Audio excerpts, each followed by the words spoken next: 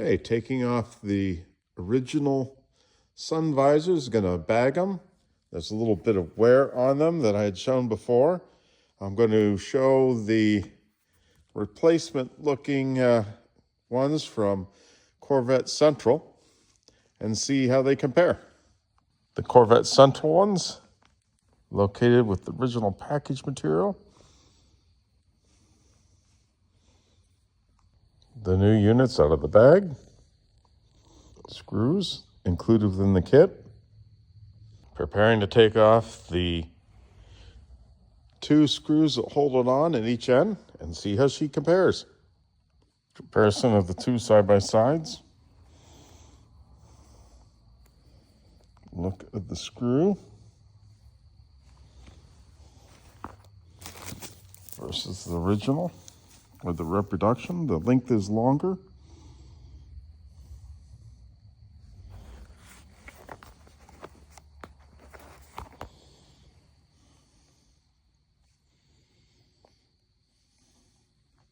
You see, you need to extend the rods so that they align properly with the screw holes. The replacement screws are a little bit longer than the stock screws. The innermost screw seems to go in without an issue, but the outermost screw is not engaging fully, leaving the hanger loose. So I'm cleaning up the original screws and putting them back in. The original screw in its place, or the replacement sun visor, the Corvette Central screw.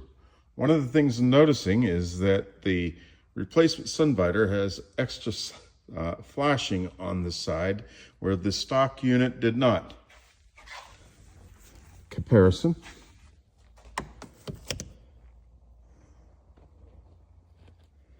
Stock unit is on the top and the replacement is on the bottom. The sun visor on the stock unit is also much thicker than the replacement unit. The screws are chromed like on the original, and they seem to be a zinc plated on the aftermarket. I'm going to store the original and try to preserve it and restore it slowly, or find a junk replacement and find a way to restore this better than the Corvette Central parts. To adjust the visor, you see these screws on the top right there. Those need to be loosened so that you can extend the rod so it fits in place, or rods, and then keep it loose until it's in place so you can center it appropriately. A view of the stock visor and the replacement and the thickness. As you can see, it's considerably thicker than the replacement visor. I use a screwdriver in the hole to, after loosening this screw right below it, to slowly pull this out, this rod out to be the right height. Of course, I have my helper trying to help, repeating anything I do. I'll need to do both sides on this unit because it is not quite long enough. Another thing to notice is the screw design and the casting design of the rods.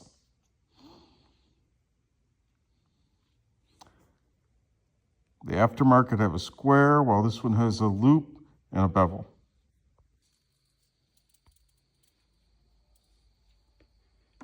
To tighten, so you can slide it back and forth or loosen these 2 screws with a flathead screwdriver. To remove, Phillips. Once again, on this side, I had to use the original screw, not the replacement.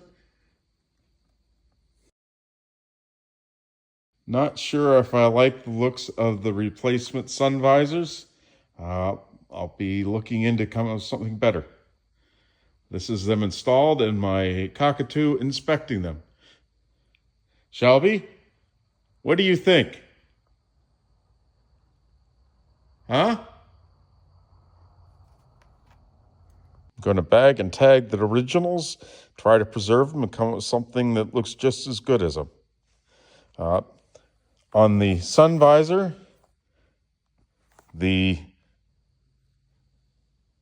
screw size with the hole in it is on the top, with the flathead side that you can screw on with the bigger dome is on the bottom. Originals in the bag, ready to preserve and come up with a better design.